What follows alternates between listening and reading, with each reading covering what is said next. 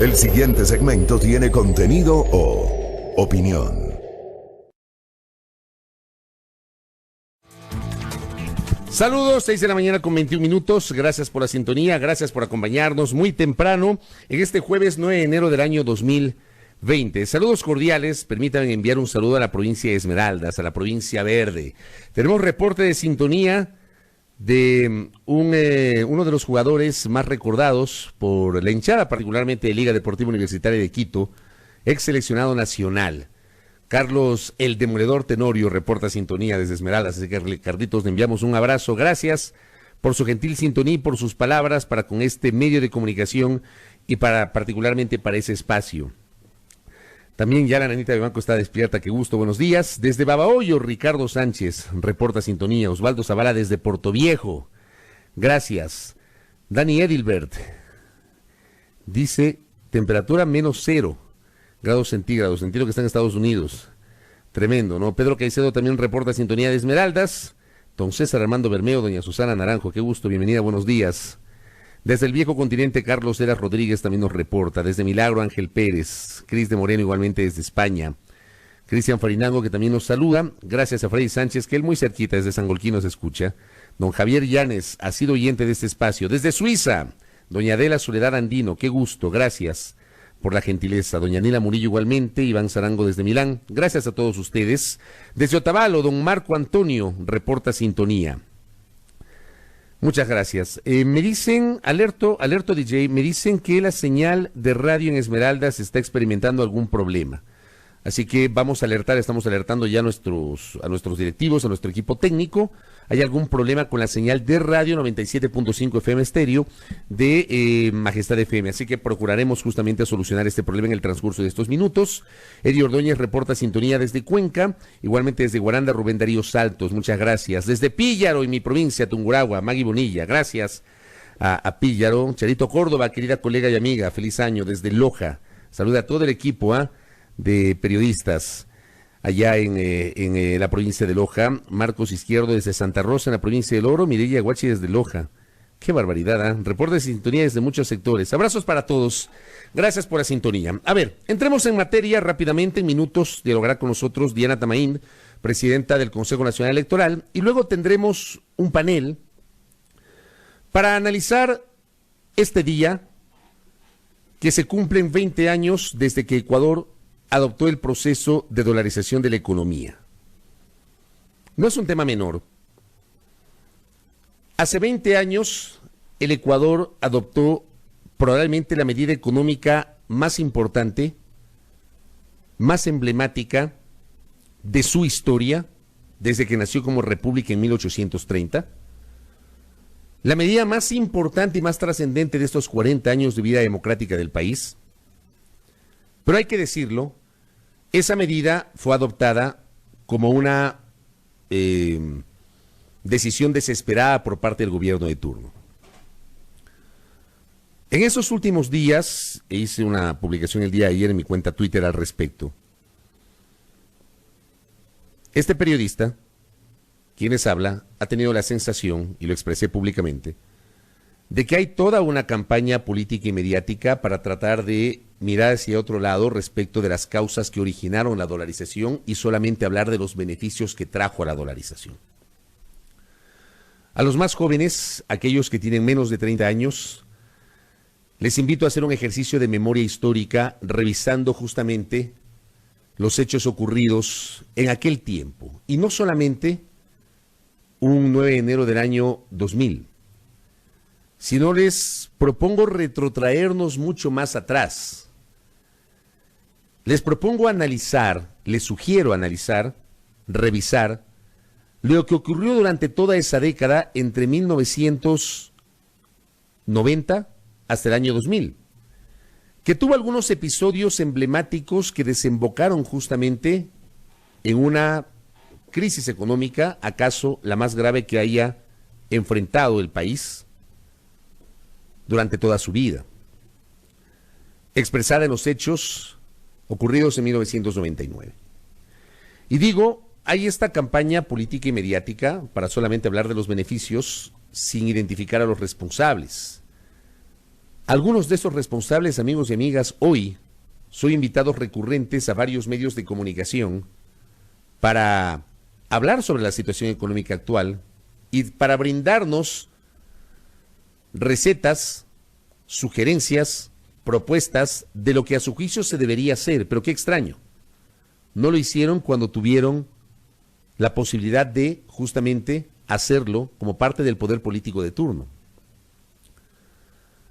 La crisis económica, amable audiencia, de 1999, que es el detonante de la adopción de forma desesperada de la dolarización de la economía, tiene su génesis en el gobierno del arquitecto Sixto Durán Ballén cordobés, que cumplió su periodo comprendido entre 1992 y 1996, la última vez que un mandatario terminó sus funciones dando paso a esta crisis que se prolongó hasta el año 2007. Durán Ballén fue el último mandatario que terminó y no estuvo exento de la polémica desde el punto de vista político, por lo que pasó con su vicepresidente un año antes, en el año 95, y por los temas económicos, porque ese gobierno tenía todo un plan económico definido como neoliberal. El gobierno del arquitecto Durán Ballén había preparado todo un esquema para privatizar la economía, para privatizar los bienes del Estado, la privatización de los sectores estratégicos de la economía, la privatización de la seguridad social, partiendo ese plan de privatización de la venta de la línea de bandera de aquella época, la línea aérea de bandera de aquella época, Ecuatoriana de Aviación, que terminó siendo el único gran bien del Estado que fue vendido o privatizado a una empresa brasileña. Ecuatoriana finalmente desapareció.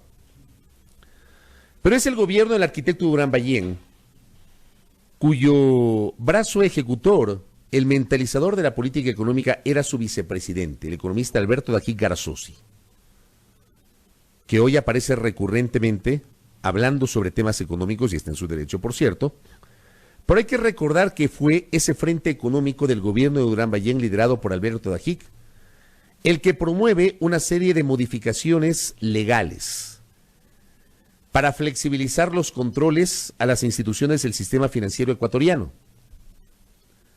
La Ley General de Instituciones del Sistema Financiero Ecuatoriano, que casi liberalizó el control de las instituciones bancarias de la República. En el ejemplo más simple, amable audiencia, amables oyentes y televidentes, esos controles que se redujeron al mínimo permitieron que entidades financieras muy pequeñitas, sociedades financieras muy pequeñitas, terminen convirtiéndose en bancos. Sin la suficiente solidez patrimonial y sin la suficiente liquidez para garantizar su estabilidad en el tiempo y enfrentar situaciones como las que experimentaron particularmente en el año 99. Esa ley es la génesis de la crisis bancaria del año 99. Esa ley. Ingresamos en el año 97 a un periodo de inestabilidad política, matizado por la caída del entonces presidente Abdalá Bucaram. Ya Bucaram tenía pensado un plan no similar al de Durán Ballén, pero que apuntaba justamente a emular el modelo argentino de la convertibilidad de la moneda. Bucaram, en diciembre del año 96, y fui testigo justamente de aquello porque pude cubrirlo, yo era reportero en aquel tiempo de Gamavisión. En diciembre del año 96 estuve en la base naval de Salinas, en la península de Santa Elena, atestiguando las reuniones del gabinete durante toda una semana, liderado por el presidente Abdalá Bucaram en aquel tiempo, con la presencia del asesor económico Domingo Cavallo, quien había sido ministro de Finanzas de la República Argentina en el gobierno de Carlos Menem, ministro que fue el artífice del proceso de convertibilidad de la moneda en ese país y quien instrumentó todo un plan de privatizaciones liderado e impulsado por el gobierno de Carlos Saúl Menem. El Ecuador apuntaba a ir a la convertibilidad de la moneda. El plan de Bucaram, que iba a comenzar a partir de enero del año 97, implicaba la adopción de una serie de medidas económicas para que a junio de ese año la cotización del dólar llegue a 4.000 sucres. Al llegar a 4.000 sucres, se aplicaban medidas económicas para retirar los 3 ceros y crear los 4 nuevos sucres. El nacimiento de la convertibilidad de la moneda. Bucaram cae con los episodios del 5, 6 y 7 de febrero del año 97. Y llega Yamil Maguad, que hay que decirlo, y la historia también lo recoge. El gobierno de Maguad enfrentó una gravísima crisis internacional, matizada por la caída de los precios del petróleo. El petróleo como antes, como hoy, como ha sido desde los 70s, el petróleo sigue siendo el principal medio para la estabilidad económica de la República. Maguad tuvo precios de $7 por barril. Una caída impresionante de los precios del petróleo durante el gobierno de Maguad. También hay que decirlo, factor externo. Otro factor que no lo podía manejar el gobierno de Maguad tuvo que ver con los graves efectos que dejó el paso del fenómeno del Niño entre 1998 y 1999. El incremento del riesgo país. La decisión de declararse en moratoria al no pagar las obligaciones financieras internacionales, el denominado default, por parte del gobierno de Yamil Maguad. Pero claro, hubo una serie de decisiones económicas casa adentro que contribuyeron también a agudizar la crisis. Y por eso invito no solamente a mirar el árbol, sino todo el bosque. Considero en lo personal, y permítame en este comentario, que el expresidente Yamil Maguad es el principal responsable con su gobierno de la crisis económica del año 99, pero no es el único responsable. Lo fueron también los gobiernos anteriores con decisiones previas que provocaron todo el estallido de la economía en el año 99. El gobierno de Maguad tuvo una relación muy estrecha con el sistema bancario. ¿Acaso lo más emblemático fue la revelación de un aporte de $3 millones del entonces presidente del Banco del Progreso, acaso el banco más grande del país en la época, el doctor Fernando Espiazo Seminario?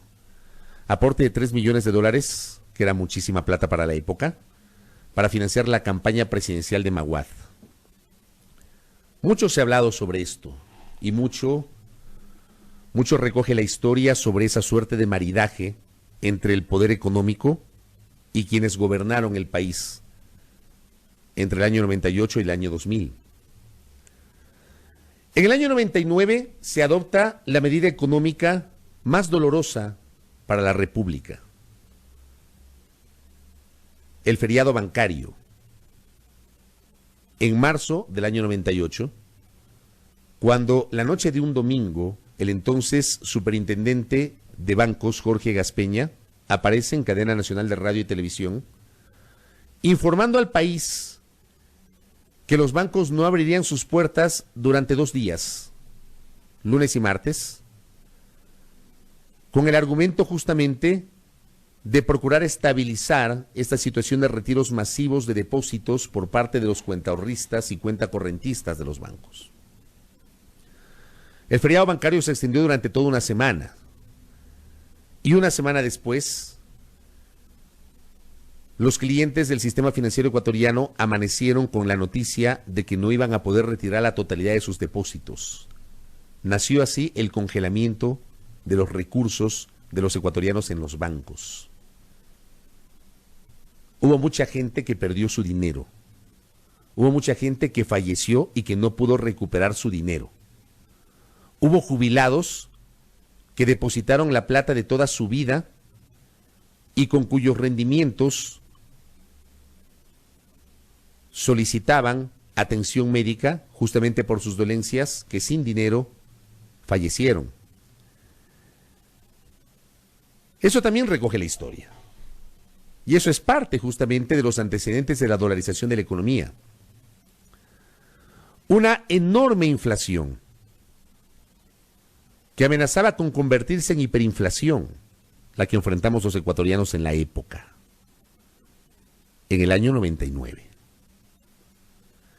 Recordar a la audiencia que en el radar del gobierno del presidente Yamil Maguad no estaba la dolarización de la economía.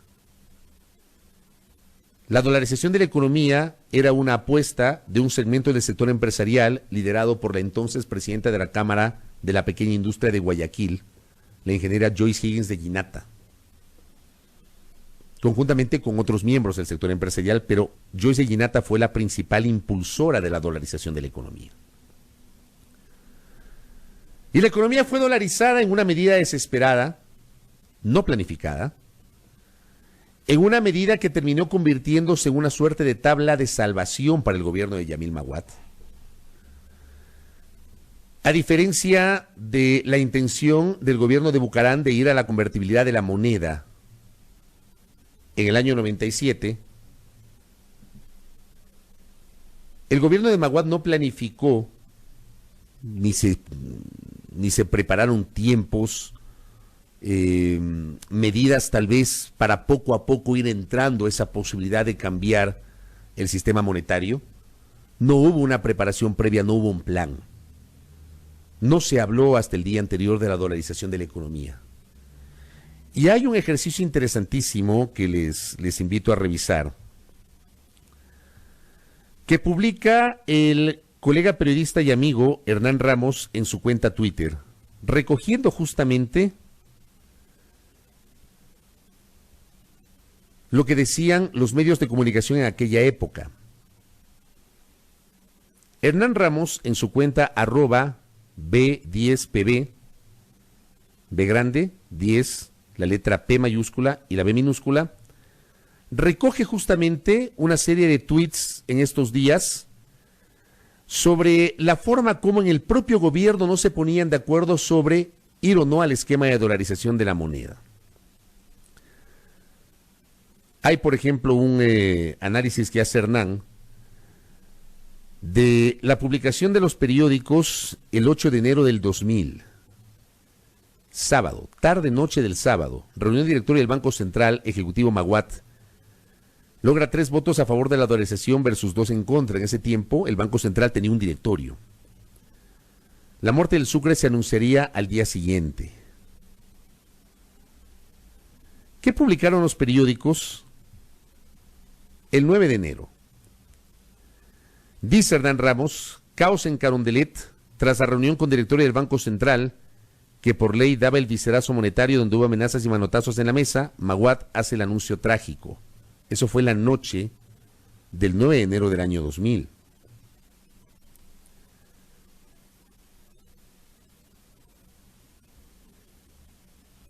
Ese mismo día, el 9 de enero, en ese tiempo no teníamos medios digitales, sino las publicaciones impresas. Los periódicos no amanecieron con la noticia de la dolarización porque no se tenía idea de que efectivamente se iba a adoptar ese proceso. Al menos no había las certezas.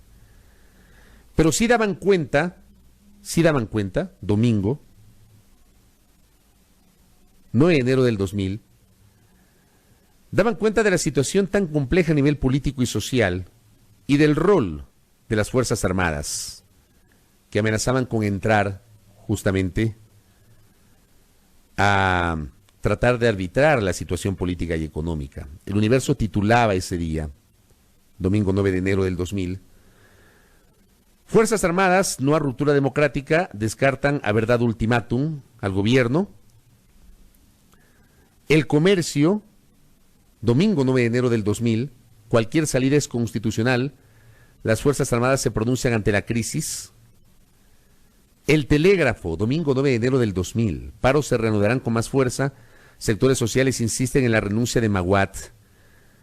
Fuerzas Armadas exigen solución democrática, abastecimiento masivo por paro de minoristas, todo eso recogía el decano de la prensa nacional. Y los periódicos recogían también un remitido público por parte de Fuerzas Armadas. Las Fuerzas Armadas al pueblo ecuatoriano, las Fuerzas Armadas que se deben exclusivamente a la nación ante la grave crisis política, económica y social que afecta al país, reafirman el cumplimiento de su deber constitucional de defender y garantizar el ordenamiento jurídico del Estado. Por lo tanto, 1, rechazan todo intento de ruptura del ordenamiento jurídico y 2, exigen a los poderes del Estado, exigen, las Fuerzas Armadas, exigen a los poderes del Estado, a los partidos políticos y a la sociedad en general, solucionar la crisis dentro del marco constitucional y democrático.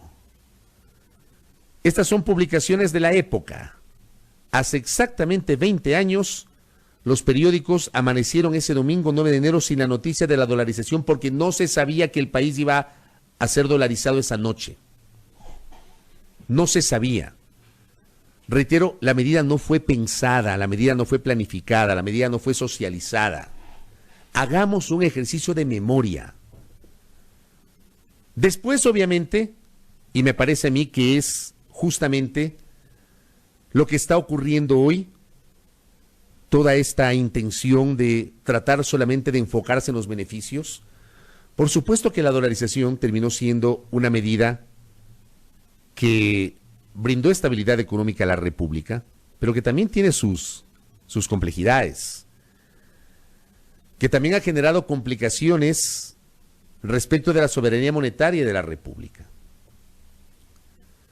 que también ha puesto al Ecuador a someterse a los vaivenes del comportamiento económico y financiero internacional.